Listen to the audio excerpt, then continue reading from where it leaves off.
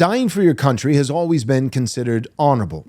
But what if your country sends you to die not to defend your own homeland, but to keep shipping lanes open for multinational corporations in the Red Sea?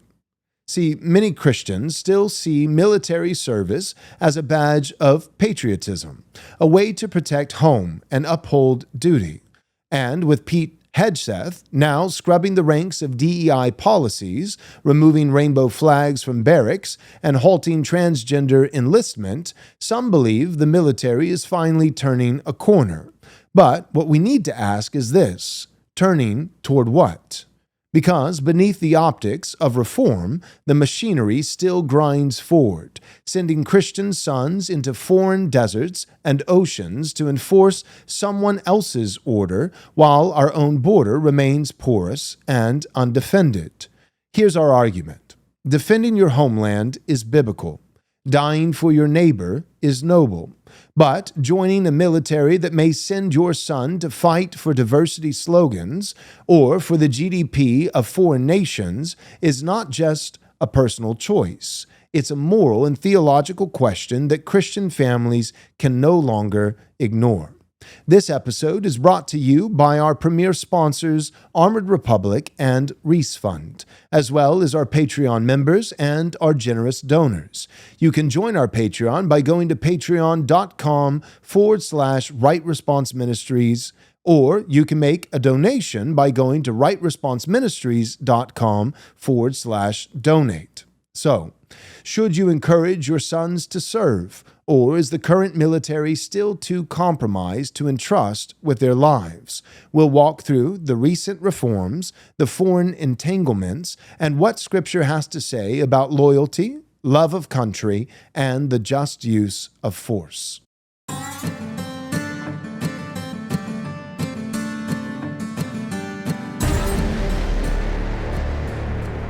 All right. Good afternoon. Good afternoon. Happy Friday. To see you all. Happy Friday. It is indeed a happy Friday. So this is a topic that I am excited to get into. For one, it has a lot of personal application because my son is 18. And a number of years ago, he expressed a desire to join the Air Force. My father-in-law went to the Air Force Academy in Colorado Springs. And my son, grew up hearing stories about his time there and just really, really wanted to apply for the Air Force Academy. Wanted to go there, and the Air Force is not off the table for us. But I told him he's graduating this spring. We decided. I told him, and he agreed that it's not an option for this fall, right? So maybe a couple years down the road, if things get cleaned up in the military, or it looks like the country is headed in a particular direction, we will revisit it. So I'll tip my hand there.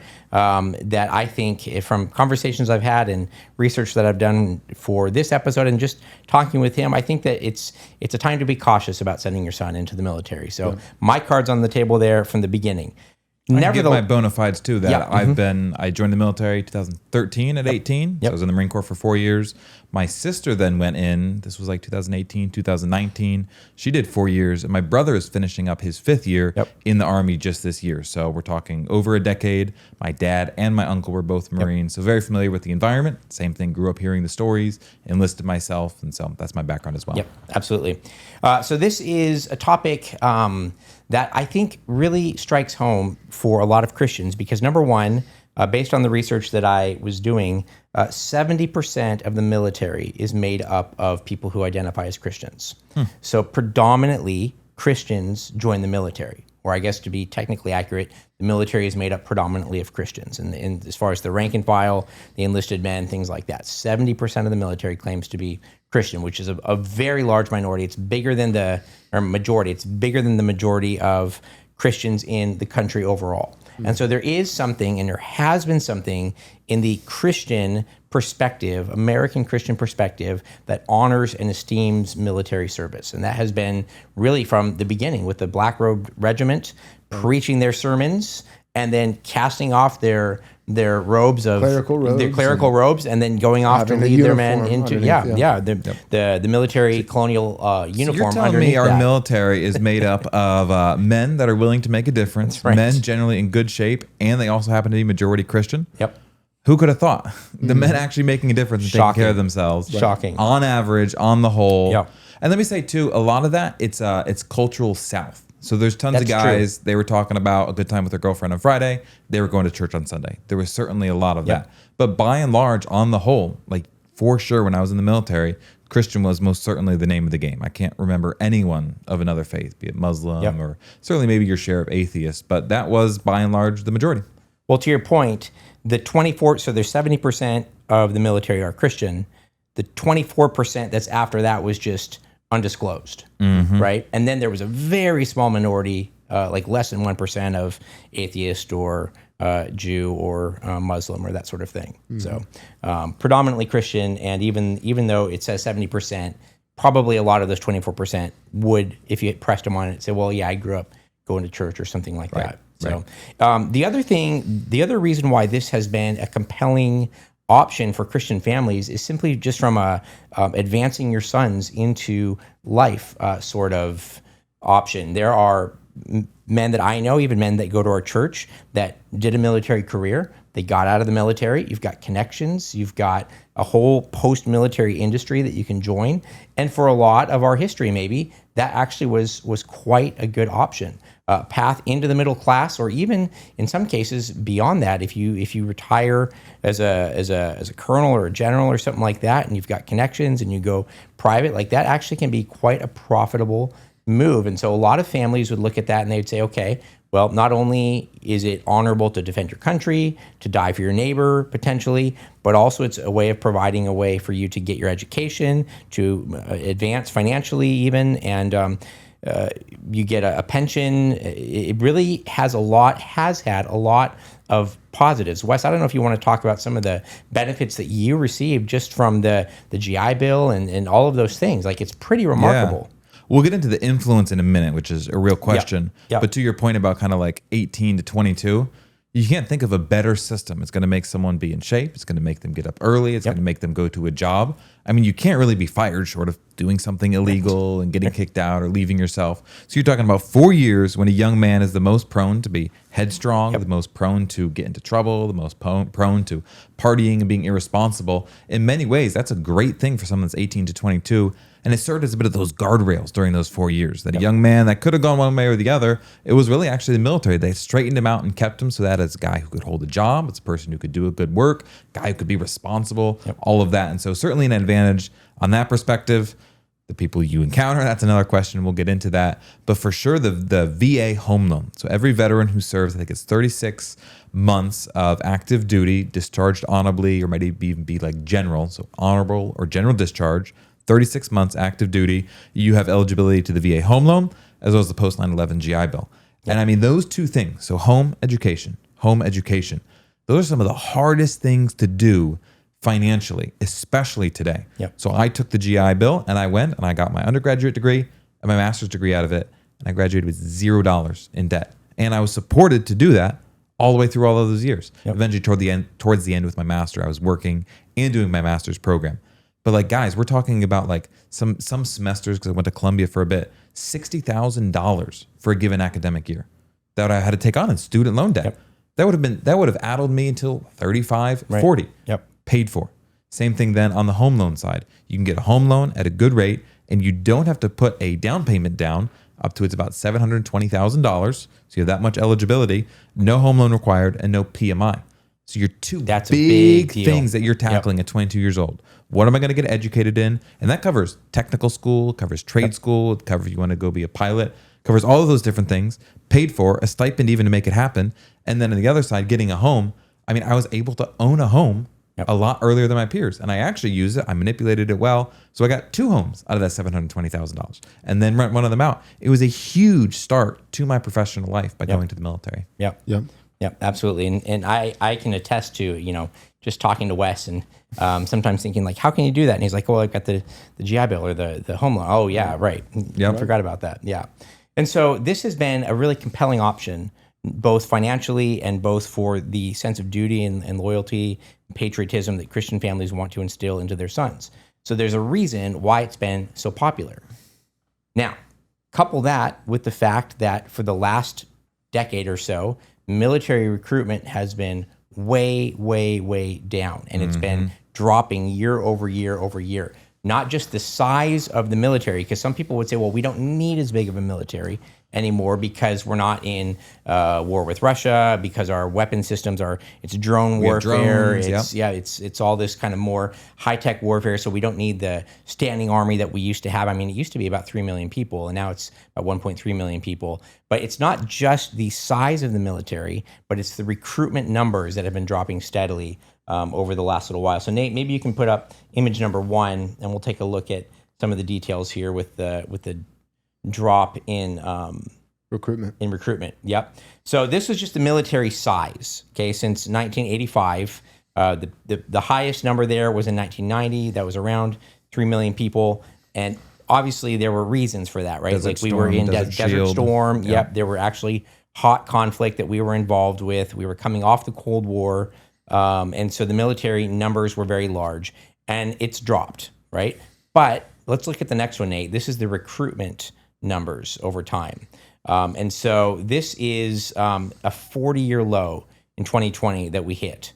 And so this is the number of people who are enlisting in the military year over year from 1976 on to right now. And what's crazy about this is, Wes, like you mentioned, the GI Bill is post 9/11, right? And so this military enlistment number, the peak of it was back in the 70s, where the GI Bill did not exist. The VA home loan did, but the GI Bill did not. The VA home loan did, yes, but the GI Bill did not. And so even as seemingly benefits have increased, I think wages have increased. There's been talk about that some, but certainly the post-military benefits have increased. The numbers have decreased of enlisted applicants and then those that actually enlist. Yep. So that begs the question of why that would be, and there's lots of reasons for it. A lot of the failure to believe in the American project, right, that is present among youth, and people are more cynical about the country. A lot of it, the fact that the nation is more mixed with different peoples here, right, and they don't have necessarily the same sort of fidelity to the country. Although I want to be careful there, because even coming through World War II, there were people of other nations that did serve in the U.S. military. But a lot of it has been pretty well documented, and Pete Hegseth's book was about this, the wokeness and the DEI and just the lack of excellence and zeal for excellence and for battle readiness that the military used to have that they no longer had. So the last thing I want to mention here before we start looking at some of the other things that Pete Hegseth has done is this. While the military has been declining, when Trump got elected, December was the highest December in like 20 years of recruitment in military history. Okay, in the last 20 years, and Trump and Hegseth came out and said this is because Trump has promised to restore order. Okay, to restore battle readiness, to restore a spirit of the warrior again. We're getting rid of the DEI. We're getting rid of the woke. We're going to stop saluting men wearing dog masks, things like that. And I believe that's true. However, as I was researching for this, I found a number of articles where people came out and said, no, Biden gets credit for this. Because actually, the whole year of 2024, the numbers were going up slightly, right? They're saying we had already turned their corner on recruitment, and the things that we were trying to do as the military, offering better incentives and all these things, we already saw the fruits of that, and January was just the culmination of everything that the Biden administration had been trying to do. Well, here's the black pill for us. It's true that indeed military numbers, recruitment numbers had been increasing through 2024. What they're not saying is most of that was because so many more women were enlisting. So Nate, let's show that third graph. No, don't love that at all. This doesn't show necessarily the percentage of the growth that was from women, but this just shows, even back in 2017, this was already starting, the percentage of each of the branches of the military that's made up by women. Okay, so the Air Force, active personnel, 20%, reserve personnel, 27%, and guard personnel, 21%. Obviously, the Marines is a lot lower. Kudos to the Marines. They're much more physically demanding.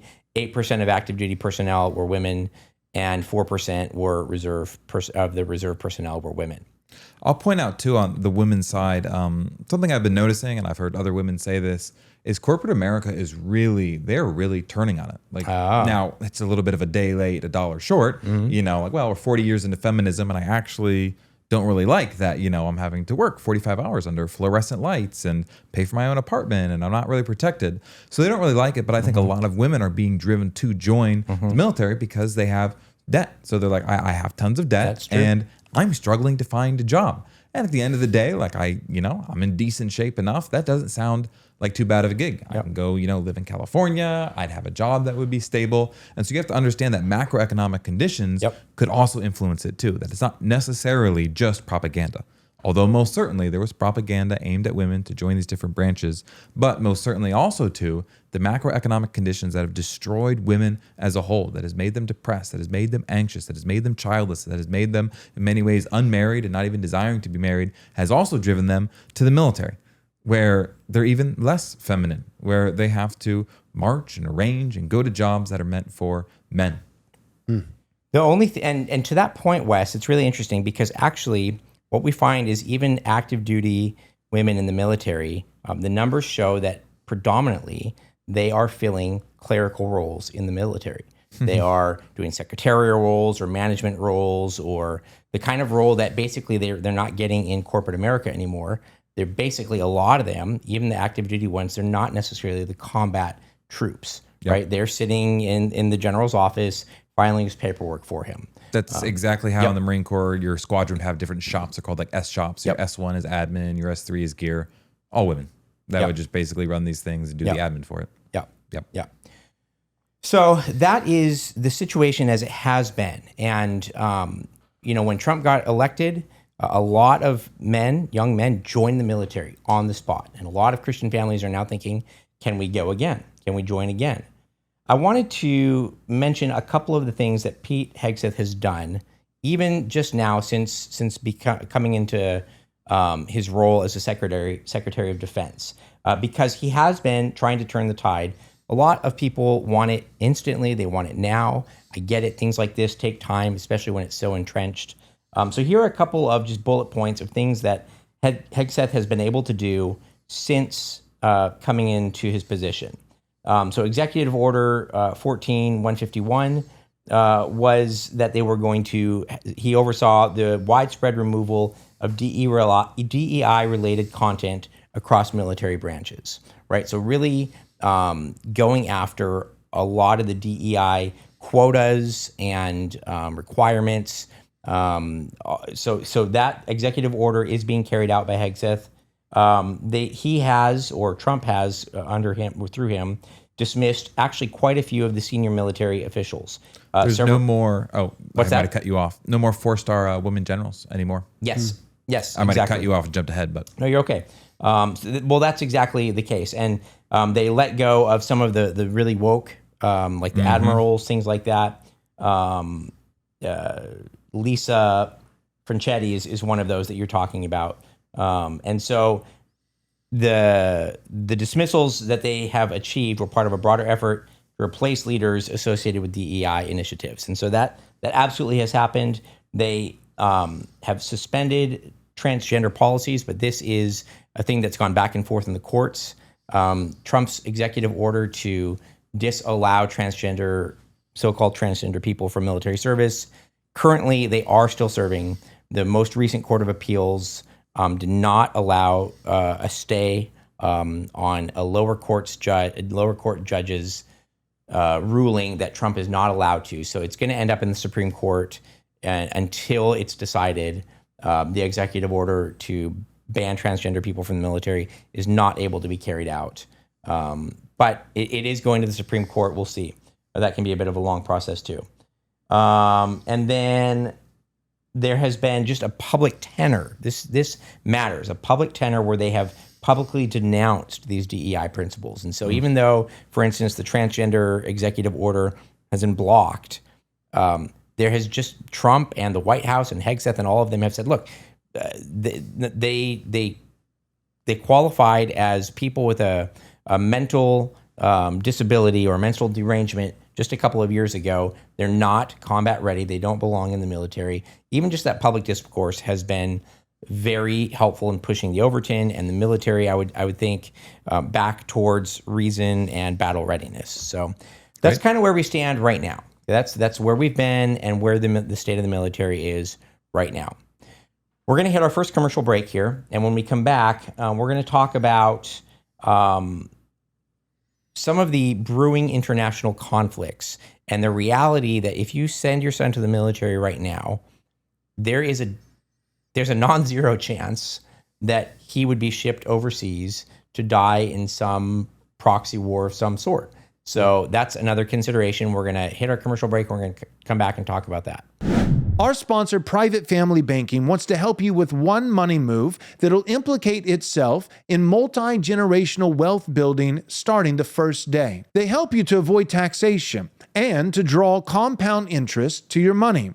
Now, if you're a high net worth individual, someone who has maybe even $10 million in net worth, then they can help you even more. W-2 workers, contract workers, business owners, it's all about cash flow and making tax-deferred gains on all your money for the rest of your life. Don't avoid this. It's a big move, but it's a great time to make it. Click the link below and you can get on Chuck DeLauterante's calendar and he'll go over your background and what you want to accomplish. And he's going to help model a program that exactly fits your needs. So go ahead and send an email to chuck@privatefamilybanking.com. Again, that's chuck@privatefamilybanking.com. Or you can click the link below. Make a free discovery call now. America is a country that was founded for the purpose of allowing Christians to do their duty before God and not to have their consciences ruled by the doctrines and commandments of men.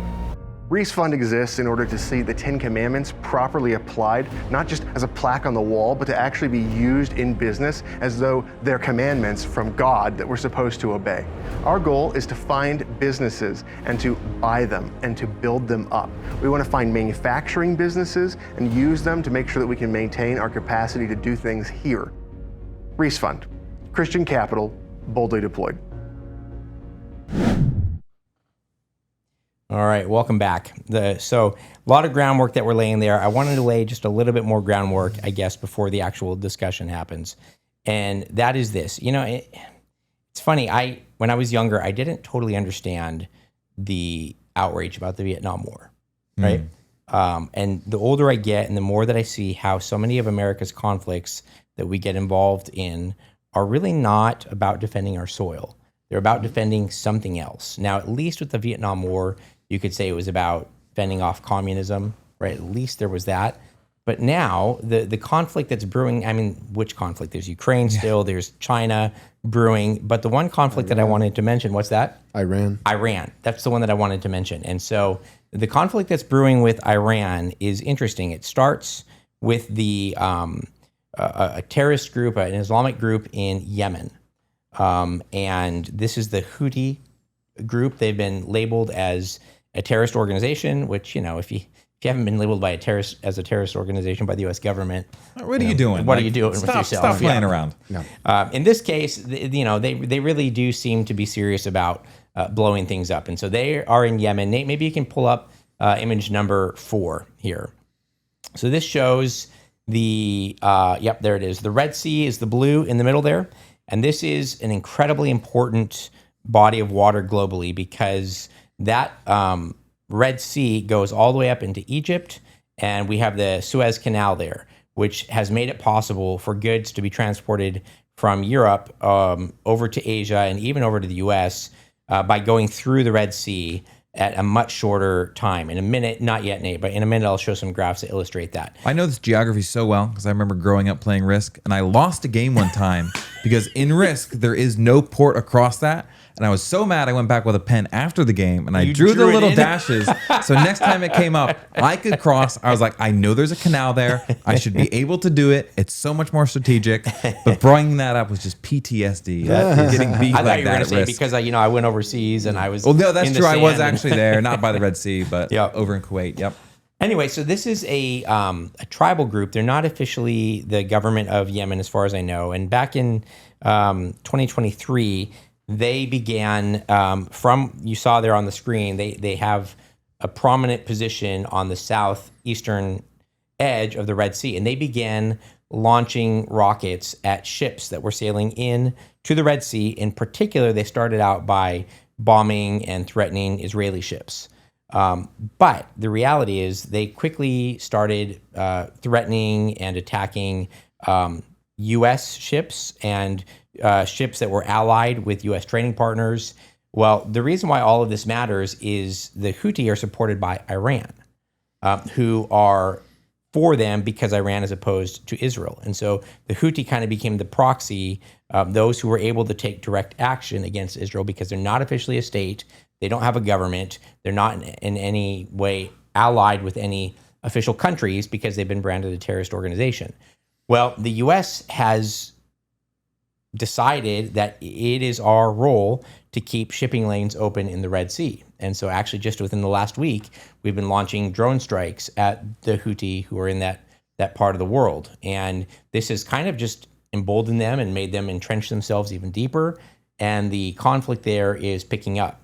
Now, this is something that really does actually have the potential to boil over into some conflict.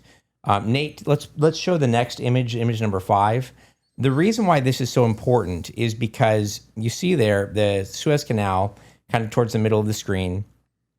This is how long shipping takes from Europe and from other parts of the world if the Red Sea and the Suez Canal are not options. So from Rotterdam in Europe, it would take, for instance, 19 days to get to India. But if they have to go around, it's a 34-day trip by tanker, ship. oil tanker, or whatever those large ships are called. From the U.S., it adds significant amount of time also, not being able to go through there and having to go around the bottom of Africa. Nate, next graph, or next image there. So this just shows it a little more simply, I think. Same idea. So really what we're dealing with is we can cut kind of through the continent, through the Mediterranean Sea, rather than going around the bottom of Africa. So this raises the question of, is it the U.S.'s job to get involved in armed conflict with the Houthi, who are allied with Iran, who see our allegiance with, or our ally ship, is it allegiance? I guess it is allegiance with Israel. The Israel question notwithstanding, because we tackled that some already this week earlier, but the question of we could be involved in actual conflict with Iran and with the Houthi, sending battle carriers over shipping lanes, right? Over shipping lanes. Now, shipping lanes are important. Commerce is important. I don't deny that that's a significant cost increase. It is massively more expensive to ship around the bottom of Africa than going through the Mediterranean and the Suez Canal. I get it. But what we have to understand is the calculus of what determines whether your sons are involved in combat sometimes comes down to, is the U.S. going to step in and enforce shipping lanes in the Red Sea, or is it going to step in and, defend Ukraine, right? Or all these things that really are, at the end of the day, not any of our business. Right. Okay. What products are typically shipped through those lanes? Are you aware? That's what I was going to say. Well, 17% of global shipping goes through there. But so you're talking durable goods. You're talking. Do you know if oil, for example? Probably, yeah. Yep. I didn't do that research. Why? What's your thinking there? There's a difference between, and that's what's so tough is when you become interconnected and dependent upon different nations. Like it's one thing with China, like what are we dependent on China for? Like, well, plastic slop. Right. Like is a lot of merchandise and a lot of consumer goods that come from there. But then you could have strategic shipments. And we discovered this during COVID. Like a lot of our medicines are made overseas. Right. And so we're talking a whole different calculus if it's oil and medicine. We need to make medicine here. We need to make chips here. And we need to drill, drill. And be able to have all of our energy here. If we could do those things here, which we can, it's just a matter of will and getting rid of all the red tape.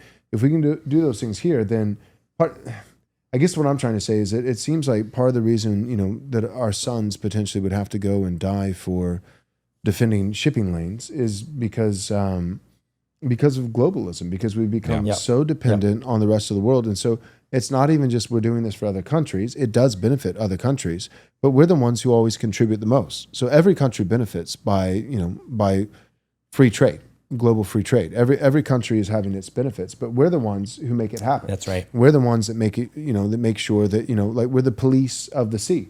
Like with a global navy that makes sure that, pirating doesn't take over every single, tanker that's going through this strait. So if that's the case, that, we're doing all of this, everybody's benefiting from it, but nobody's contributing to, to the degree that we are. It'd be one thing if we're getting like some kind, lithium or like some unique, rare mineral that God in his sovereignty only placed in one part of the world and it doesn't happen to be here. But if we're going to send our sons to war to die for shipping lanes, not to protect our homeland, but shipping lanes to ship plastic slop from China. Well, here's a breakdown actually. Or things that matter, but things that we could do here at home, then we should just start doing them here at home. That's my point. So Nathan pulled this up for us. Go ahead, Wes. Okay. The Suez Canal for global trade, it moves the most of these types of products: crude oil, petroleum, liquefied natural gas, containerized goods, that's electronics, clothing, machinery, all of that, dry bulk commodities. Food and toys. Yep. Chemicals and petrochemicals, that's stuff used in like plastics production, vehicles, ag, and military cargo. So you have a wide variety of things going through them. Yeah. But a lot of that doesn't need to be. Exactly. It only is because it was cheaper on the dollar. That's right. To make it or to buy it or to import it. Yeah, from cheaper on the else. dollar, but then all of our sons can't get a livable wage. Right. Correct. Because we got rid of all But of the our GDP went up. But You're the not GDP looking went on the up. bright side. Yeah, the GDP went up. So that was my only point and contribution to the conversation was just to say, I'm with you 100%, Michael. That's a great distinction. Like, are we fighting to protect our homeland and our neighbor and our families? Or are we fighting for the GDP by protecting shipping lanes and that benefits the entire world? But the U.S. is contributing, 80% of that defense and every other country does jack squat. And the very thing that we're protecting is like, well, yeah, everybody else is getting a free ride, but we have to do it because we need it too, and nobody else will do it. Okay, but we need what? What is it that we're shipping? And that's, and if it turns out what we're shipping is medicine, well, yeah, we need medicine.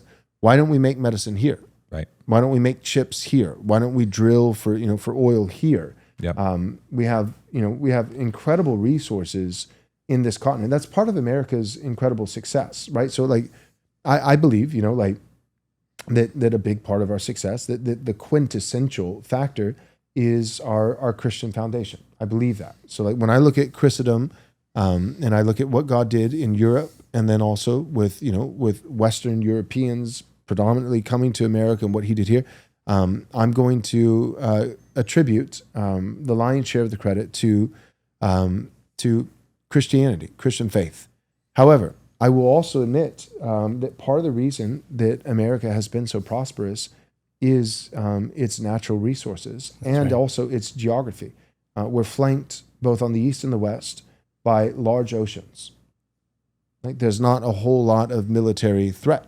Right. To our north, there's a pretend country. A frozen pretend country. A frozen pretend country. The freezer aisle. Right, with a bunch of libtards that like. I mean, seriously, like Canada is a joke, and it's sad. Did you see that their prime minister came out and said that they're no longer going to be friends with America? Yeah, I saw that. Yeah, we're gonna have if America will no longer lead the world, with economically, then we're gonna lead the world.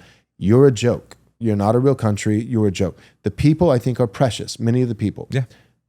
But the country and its leaders are a joke, and so there is no threat from Canada whatsoever. And then beneath us, there actually are some threats like fentanyl and these kinds of things that are like killing our citizens. But below, you don't have a country either. You have a cartel. Yep. So you have frozen libtards, and then you have Jose and his gangs, and that and then on the east just build a and the big west, wall and keep them out. That's right. You build a big wall and keep them out, and then with the north. They're so dumb they won't even come out of the snow to freedom even if it was open to them. They're like, no, we love tyranny. Some of them would. Some of them have. Communism. Some of them have, and those individuals are in our church. That's right. But and God bless them, we love them. But a lot of them are like, give me communism and snow, and give me half of India, please. And here please in Toronto. import India. That's right. Right, and so my point is, so that's the protections that we have, and then in terms of the resources. I forget the author, but like I think it's 17,000 navigable miles That's right. of rivers It's Seoul. that we have. Whereas I think the whole world combined is like just a shade above 30. So it's like 30 to 35,000 rivers that you can Africa actually has a drive tiny ships. amount of actual amount. rivers and a And tiny coasts. amount of accessible coasts. Yep. Exactly. So all of our coast accessible. They don't have the same kind of like Deep harbors like God put an abundance of whether it's so your ability to be on the Mississippi or this and ship by waterways in the United States. There's not a single other country that has that ability. The protections with the coast and snow above and Jose and his gangs below, like that is very unique. And then also, to be fair, even if Mexico became a powerhouse, which I don't see happening in the near future, but even if it did, it's a very small country. We have this big country, and then it quite literally bottlenecks. There's a big gulf into of Mexico. America right there. Amen. But then also Full of oil too. All Oil. the timber and wood, Yep. and then oil. We have with Alaska, the Gulf of America, and Texas. And Texas has enough oil. I think it'd be 250 years we could supply ourselves just with East Texas oil alone. I remember when they kept saying, we're going to be out of oil in 100 years, and then they would discover a new reserve. And It's they like, discover- oh no, exactly. this actually will keep us going for another 2 years. Like, And I think oil is being made. I don't think it's a bunch of dinosaur bones from millions and millions years ago. I think it's a renewable resource that the earth is actually continuing to produce. And don't get me started on primary water. So but primary the point water, is, primary oil. primary oil, Primary oil theory. Both. You heard it here first. I think both. So my point is, I think yes, America has been incredibly prosperous because of the Christian faith, but also in God's providence, it's also been incredibly prosperous because of its natural, geographically built-in defense and protections and isolation, and also all the resources that God has given us. So that said, we should use them. Yep. We should use them. We don't actually have to police the world. Right now, we're policing the world, and it's always in the name of some humanitarian, virtuous, motivation of like, oh, well, we care about, this poor little country. Let me push on that a little bit, because a lot of our protectionism and our intervention comes from communism.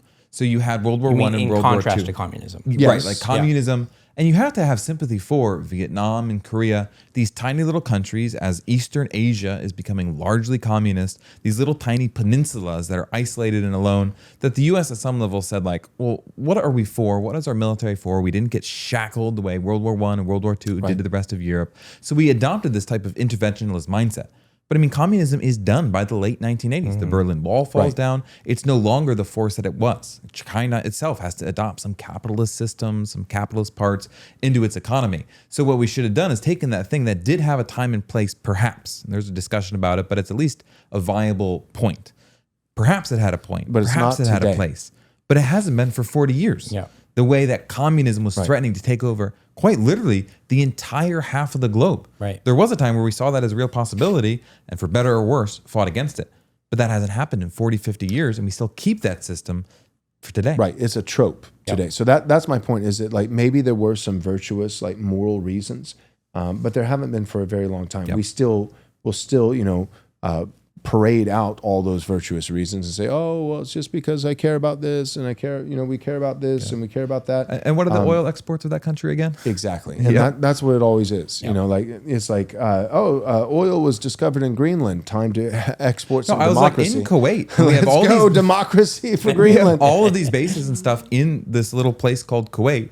It's a terrible place to be. And it's so clear our strategic interest in that region is the oil. It's It not would be for the better if we just people, came out and it's- said, we're here for the oil. Yeah, and just conquest. Yes. But here's the thing: I'm not actually inherently, like, for moral reasons, against empires. In a timeless sense of like there can be no time and no place in history where you could ever have an empire. It's always immoral, inherently immoral. That's actually not my position. But what I will say is, I don't think you can have both. You can have a nation or you can have an empire. You can have a country or an empire. There actually are, I think, virtuous reasons. I think it's rare and it needs to be providential within what God's doing in history. There could be times and places where empires are actually fitting, but I don't believe that we're in one of those times. I think we have been trying to straddle between having a nation and having an empire. All the virtuous reasons for an empirical strategy like communism are all receding. That's not on the forefront anymore. So then it just leaves, all right, we're going to die for shipping lanes, for resources. And here's the thing, if you just quit being ridiculous liberals, all those resources are here. They're all here. It's literally because we're going to lower our carbon footprint. But here's the thing, the carbon footprint in Kuwait and all these other places is raised by us as we go and drill somewhere else. But then we can, so like we're literally doing it just so that Greta Thunberg won't be mad at us. Like, really, is that U.S. policy? Yes. Is trying to please a 14-year-old girl? Like, because in the big scheme of things, even from an objective level, and I would push back on all the environmental stuff in a lot of ways, but objectively, it's like it's the same carbon footprint, and it's the same country doing it. They're just doing it somewhere else. It's actually worse because now all the shipping, and like China wouldn't keep its whatever you think about them. China would not keep its word on the green initiatives. Right. It would just pollute and pollute and pollute. Right. So when we would do it in the U.S., even if you grant the idea that this is greener or better, we were doing it better than those countries that are not. Right.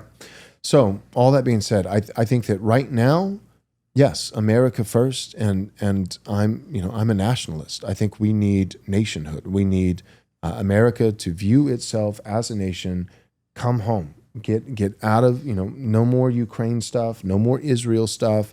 And that doesn't mean we can't be sympathetic, but there's not a moral obligation in Scripture for us to go and defend these other nations. So, like, for instance, when we had Ron Dotson, like Taiwan, it's probably a matter of when rather than if. Taiwan is probably going to fold back into China. Geographically, it makes sense.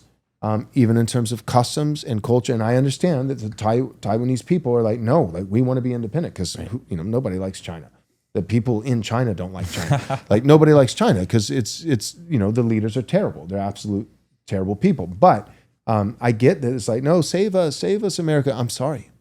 I'm sorry. No, it's not.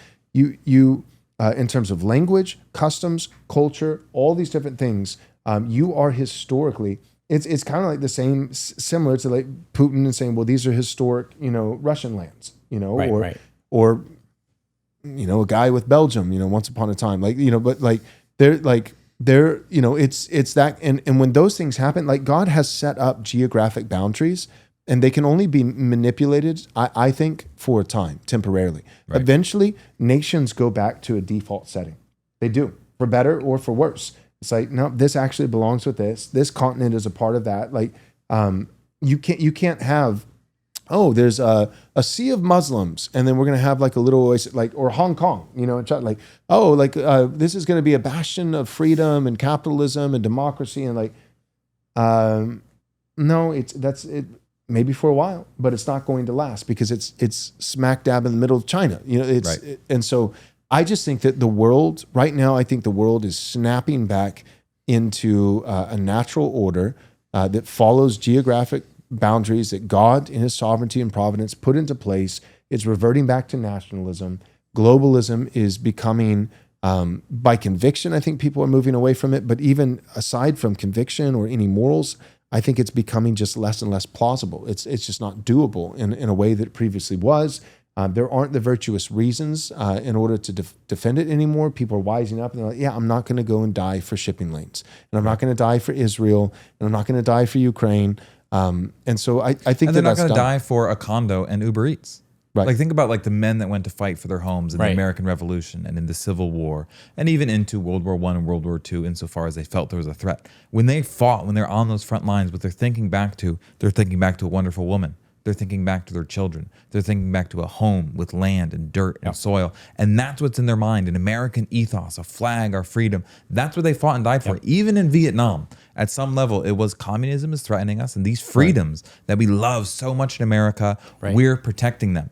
People don't die for a 700 square foot condo in Denver where they can Uber Eats all day. Like those things don't motivate a man to then join the military and to buffet his body and to go overseas and to be willing to lay his life down. He says, okay, maybe China does own it. But like, do I still have Netflix? Like they won't die for those things. So you have to have a return to a people in a place worth dying for.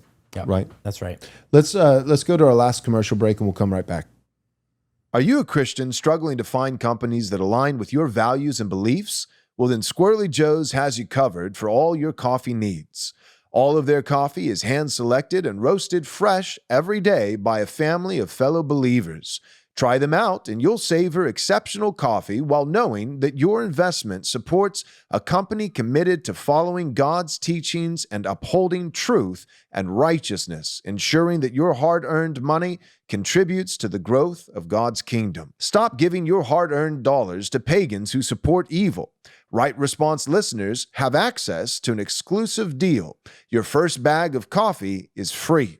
All you have to do is cover the shipping. So head on over to squirrelyjoes.com/right response. Again, that's squirrelyjoes.com/right response to claim your first free bag of coffee today. All right, welcome back. So here in this last segment, what we want to do is just actually have kind of a conversation about what would be some good advice and principles for you as a Christian father, Christian family, a Christian young man to think about when it comes to this question. I'm certainly not going to say if you join the military right now, it's a sinful decision, right? Like we would never bind your conscience in that way. I actually know people who are graduating from high school this year, joining the Marine Corps, fantastic. Pray for them. I pray that it would work out. But we do just kind of want to give some perspective and principles and advice that maybe would help guide your decision. And Wes, I was hoping you could share a little bit about just the condition of the military. Is it a suitable place for a Christian young man? Because I've heard both. I've heard from people in certain branches of the military who say, the chaplain that we had on base was fantastic. We had Bible study every week, and he was actually a solid Christian chaplain. And it was really a fantastic environment for me to grow as a Christian or demonstrate my faith as a Christian. And I've heard the exact opposite. I've had friends who went into the military and said, man, after I got out, it took me 10 years to kind of come back to my faith and really get my life straight from some of the decisions, the bad, sinful decisions that I had made while I was in the military. So, Wes, you're the resident expert here on this topic, and I think would offer valuable perspective. Sure. Your mileage will vary, of course. You're looking at about 1.2 million individuals and then 20 to 30 bases, big ones, as well as tons of other embassies and everything that you could be spread out at. And the most difficult thing is that your experience is going to depend greatly, not even necessarily on the base you go to or the job you pick, but your individual unit, and even down to your unit, your shop. So that's the 5 to 10 people. That's your corporal, that's your sergeant, that's your commanding officer. Those kind of people are going to make your life very difficult to be a Christian, difficult to hold your faith, difficult to just succeed, or they're going to be honestly some of your best friends. Like that's legitimately, some guys go in and those are their brothers for life, especially in special forces where it's smaller, there's more training to go through it, there's a higher selection process. I mean, some of those units, those men just for life, their families and everything, they stay together. And so I could never tell you, well, you'll go here and it'll be great. You'll go here and it'll be bad. But be aware that you could go to a unit where a young man is going to have to fight for his faith, where he's going to have to make a conscious decision to say, I mean, many times I was invited to strip clubs. Oh, come to the strip club out with us. Didn't do it. That is 100% going to be some of the influence. Right. Influence towards drinking, influence towards just reckless behavior. You'll always have those elements. They're going to be worse in some units. And particularly, here's the balance with kind of like the Marine Corps versus the other ones. When you kind of like go down the list, the Air Force is one of the softest branches as far as physical discipline, as far as the standards that they hold, as far as just the people that are allowed in. I mean, some of the gayest stuff we were seeing out of the military, it was the Air Force, as far as transitions and all of that. You got Air Force in the bottom, the Navy's pretty bad, Army next. The Marine Corps, even just that graph you showed, has the lowest proportion of women, for example. Right. It's the hardest one to get into. So the Marine Corps experience, for example, is going to be different on the whole from the Air Force experience. So calculating what branch am I going in, what job am I going into. Infantry, you're going to be around a lot of men. Yep. And in many ways, they're going to be the good men. Like a man who's just looking to go to, go to a glorified kind of desk job in admin, get a free college ride and a VA home loan, he's not going to be in the Army. You're going to meet some bad dudes there, but kind of bad in that they're hardcore. They're masculine. They're aggressive. They're disciplined. So going into infantry, you'll be surrounded by those guys for better or for worse. Versus going to admin, you can be surrounded by a lot of women and a lot of freeloaders. So all those variables, I can't tell you what one will happen, but I mean, for me, I could say I met Joel through the military. I went to the on-base church. There was a Navigators Bible study ministry there that picked up young men. And he said, hey, on Sunday nights, we go to this place called the Response Church. And the rest is history, as they say. So 100% at big bases, there are Bible studies. There are men. There are people that are typically former veterans. They're veterans of the military. They have a passion for young men, help them out, invite them into their home, invite them to church. So there 100% always is that. Even on deployment, every Sunday, it was pretty cheesy. We had church out there in Kuwait, in the Middle East. We had a chaplain come in Sunday morning, and we would sing and we would worship. I think even take the Lord's Supper. And so there is for sure a Christian presence. Whether a young man will gravitate towards that or to the negative influence that's going to be around him is up to the soul of the young man. Last thing I'll say on this, and this is something to consider with the military. We talk a lot about the importance of home and place. And in the military, changing around, especially if you enlist for multiple enlistments. It's like every 2 years, right? It's about every 3. Okay, so basically, you'll go to your training, you'll get a job. And if you have a 4-year enlistment, you'll do about 2 to 3 years. And then when you're looking at re-enlisting, you're shipped halfway across the country. You could be. I know tons of guys, like they stayed, for example, in San Diego for 10 years. And then they came in and like, we know you have a house, we know you have a church, we know your wife has a job here, but we're going to take you and we're going to send you to Japan if you re-enlist. Yeah. And they had to get out. But here's the thing. What do you do if you're 32 years old and all you've known is being an airfield technician? Right. Like there's not a lot of $150,000 jobs in San Diego, California that will support a man with 4 kids if all of a sudden you have to move to Japan. And so you have a lot of families and it leads to a lot of divorce. I've watched my different buddies through the Marine Corps, the ones that stayed in, the ones that got out, a lot of divorce, a lot of dads with their kids. They couldn't be near them. The wife took the kids, a lot of alcoholism. And so the military on the whole, especially as a career, it's one thing if you're in it and you got to make the best of it. But as a whole, like it is not conducive to family formation because any military base, all the women around there, even the ones in church, they've had 20 military guys try to ask them out already. Right. They are very much so turned off to the idea of dating a military man. Right. So tough dating market, tough to start a family. If you start a family, congratulations. I hope you enjoy taking your 6-month-old and moving across the country and then taking them again when they're 2 years old and moving to Japan and back and forth for literally 20, 30 years. That's some of what you're looking at, especially if you make a career out of it. Yeah.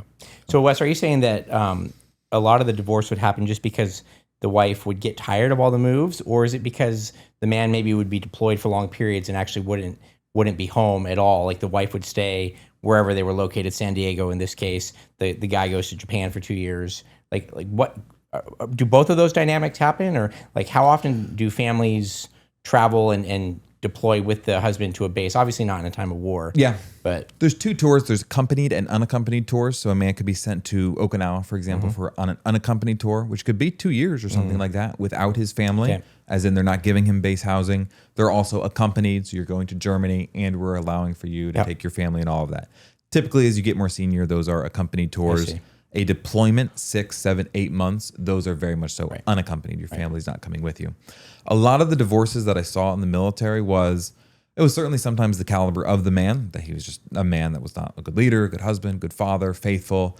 But a lot of times too, the caliber of wife, like you're talking about long hours and you're living in a military community, again, not rooted and grounded. So you're not living in this military community where you just moved to North Carolina and I got grandparents around, I got church community. It's a bunch of people I didn't know, I didn't grow up with, I don't have ties to. And so I'm trying to raise 2 or 3 kids. My husband works 50 hours a week. He's going on deployment next month. And this is miserable. I want to be back home. I don't know this life. I'm not familiar with that life. So that definitely, if we're not talking about the character of the individuals, she was a gold digger, this, that, or the other, even just the family circumstances from moving around led to a lot of family dysfunction. Yep. The last thing I wanted to ask you about, Wes, I know that even under Biden, the COVID vaccine requirement for military service was rescinded. But I did want to ask you a little bit about just like I know that there's a sense where the military disciplines you, makes you fit, makes you have to be strong and even combat ready. What about just the health of enlisted soldiers as far as being taken care of? If you're a mom or a dad who has fed your son well, insisted on, good eating, exercise, all of those things. Is a military career, even a 4-year tour, going to be in line with some of those things that you've done? Or is it going to be with the vaccines, or even just diet, healthcare, all of those things? Any thoughts or comments on that? Especially in light of the fact that you are entering the age where you're going to be getting married, having your children, and we've talked a lot about how, especially for men, that fitness leading up to conceiving your children is really, really critical. Yeah. Yeah, it is an uphill battle for sure. It's funny, my wife, she's like, I don't want our son going into the military because he'd have to get vaccines. Like, he hasn't had any vaccines. And she's like, you have to get a lot. I mean, like, I was fully vaccinated, and I went into the military and boot camp. I had to get a bunch of them. So for sure, that's a factor. There are religious exemptions, but that's a lot of paperwork that you have to jump through for sure. The problem with the lifestyle, so like you're talking about field adventures, like going out in the field and doing expeditions there. You're most certainly talking about deployment. You're talking about the people that surround you. You are talking about most certainly not being surrounded by people that are probably, in the way you're kind of referencing it, going to be thinking about health, diet, fitness, and all of that. I mean, in the Marine Corps, it was just notorious. Like, oh, we got a 5-mile run tomorrow morning, but who cares? We're pounding beer tonight.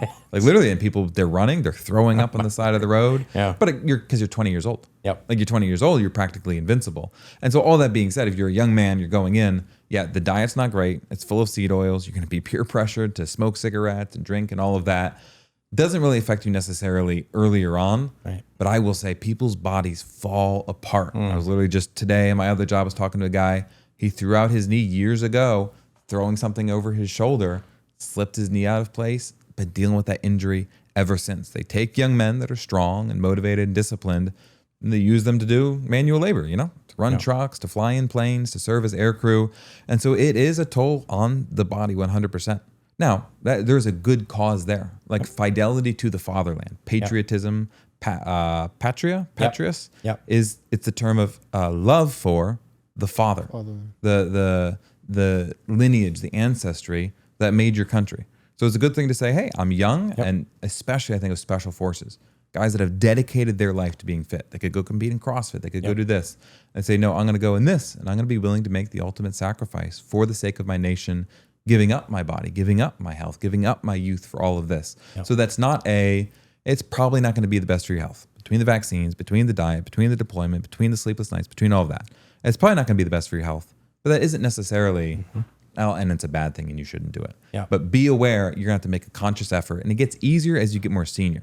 As you get more senior, you're going to have more time, you're going to have more money. As you get married, you're not just stuck with, because what they'll do is they'll give you money if you live off base, but if you live on base in the barracks, you just have a card to go to the chow hall. So you're talking like hundreds of dollars if you're married to help you eat better.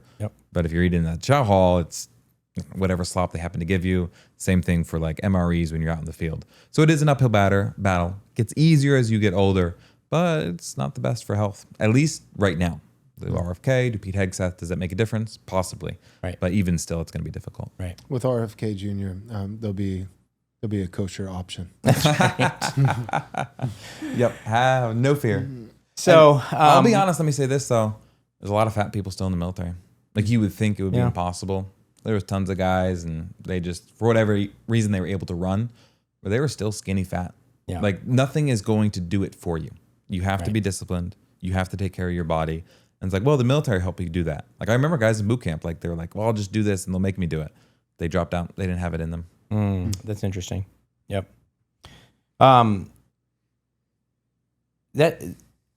was going to say something, but now that last comment's got me rethinking this. I was going to say if your son is the kind who you just see the writing on the wall, and he's probably just going to work a 20-hour-a-week job and play video games with the rest of his time, like maybe kick him in the pants a little bit and sign him up, But it sounds like, Wes, you're also saying that's not necessarily a guaranteed fix, as it were, right? So, well, it depends, younger or older. At 28, I remember this man, like literally a video game guy who was like, I'm going to do it. I'm just going to sign up for the Marine Corps and they'll make me disciplined. He dropped out, but he was also 28. Got it. 20 is different. Like you can put on a little weight and your body will adapt much better. It's much harder to change those habits though, the older that you get. And so totally to your point, an 18-year-old man, even if he's lived a mostly sedentary lifestyle for a long time, I'm confident if he's, relatively good health, he could do it. And it would be, it'd be hard and he would change a lot, but he can make it happen. Versus, all right, you're 25, time to fly, son, let's make it happen. No, actually, he might not have that left in him anymore. Yep. Gotcha. All right. Well, Joel, any pastoral perspective on this from you? If a family in our church were to say, what do you think? You're not making the decision for them, but anything beyond, we've added a lot of caveats, but anything beyond this that you would want to make sure they're thinking about? I would have strongly dissuaded them in the previous 4 years, in the previous administration, just because of what the military stood for. It's like, you don't want to risk the lives of your sons to go and expand and preserve gay race communism, on the other side of the world, so that Ukraine can have, wave gay flags, we just got to make sure that those poor Pakistanis are, being taught about transgenderism, those are the things that's what we're doing. That's what we're fighting for. So now that, we have a change in administration, my calculus is different. So that wouldn't be as much of a hesitation with Pete Hegseth and with Trump. But now I have kind of a new hesitation, which is just, I still would really want to see how things shake out with Israel and Iran. I don't think we're going to be going to save Taiwan. Right. I think that decision is just so foolish that even the worst leaders in government still wouldn't make it. They'd be like, sorry, Taiwan. I'll tell you where it could happen. Part of the reason is because I don't think Taiwan has a bunch of dirt on the sitting president. Yeah, fair enough. Like Ukraine was literally just kind of like the purse of the whole world, and had blackmail on everybody, especially the Bidens. Yeah. And so that's true. I think that whereas Taiwan, it's not our people, not our problem, and I don't think Taiwan has a whole bunch of But those are our chips. Puppet strings. We need them. No, we need a manufacturer. I'll tell you the only reason why I could see it happening is because I actually think the first nation to get involved defending Taiwan possibly would be Japan, because they are in the area, and if we then ended up feeling like we needed to support Japan because trying to attack Japan, that's the scenario where I could see it happen. Not necessarily for Taiwan's sake, but because of Japan. Maybe. Yep. So I personally don't see the Taiwan. There's like three main potential conflicts, like China, Taiwan, Russia, Ukraine, and then like Israel and Iran. Yeah. And so Ukraine, I think we're done with that, especially under this administration, and I don't think we're going to go back to it. Taiwan, I don't really think that's going to happen. I agree with that. But Israel and Iran, that would be my one big hesitancy. So the last 4 years, I would have been, very, very, I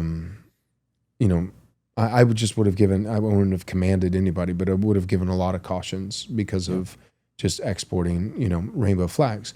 And with this administration, my hesitancy would be just, I don't know what's going to happen with Iran and Israel. I do think that there's a potential to escalate and ramping up towards war, and whether or not we're involved, I don't know, but it doesn't look great. Yeah. So. And that's where I've settled too. I mentioned at the beginning that this is personal for my family, and with my son, my oldest son, he's getting, Lord willing, he's been accepted for a 2-year technical degree in the field, so aircraft mechanic. And we've said, okay, in 2 years, we're going to evaluate and see what the situation is. That's not too late for him to go and still join. But I think it will be enough time to maybe provide some clarity to see what the situation is in a couple of years. And that's also the decision, the calculus that we've made as well. Yep, I agree. Yep. And for the record, it's not we've already said it, but to say it one last time, it's not, why be hesitant because at this particular time, if your son signs up, he might actually have to fight. It's not that I'm inherently against fighting. That's literally the purpose of the military. It is. Right. But the fight that I'm particularly talking about shouldn't be our fight. Yeah. So I would not want, if it was like a fight is coming to our shores, then a new crusade. Then it would I'd be back in. Yeah, then it would be an honorable thing. But a fight somewhere else. especially with those particular two countries of Israel and Iran. Like, no. Yep. All right. Well, I think that's Great. a Yep. good episode. Practically, Yeah. Good practical advice and hopefully helpful for the listener. That's it for this week. And Lord willing, we'll see you again. Easter on Sunday. Have a very blessed That's Easter. right. Amen. Good First Friday. and foremost, Lord's Good Friday Day. today. Yep. And then happy and then Easter. Easter. And then we will see, hopefully, see you guys next Monday. Yep.